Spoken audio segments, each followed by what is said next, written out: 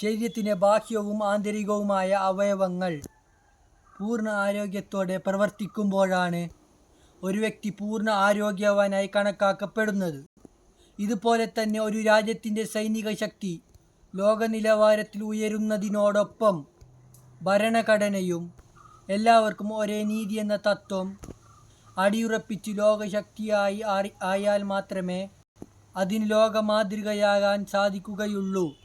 അതാണ് ഭാരതം. ജയ് ഭാരത്, ജയ് ഇന്ത്യ.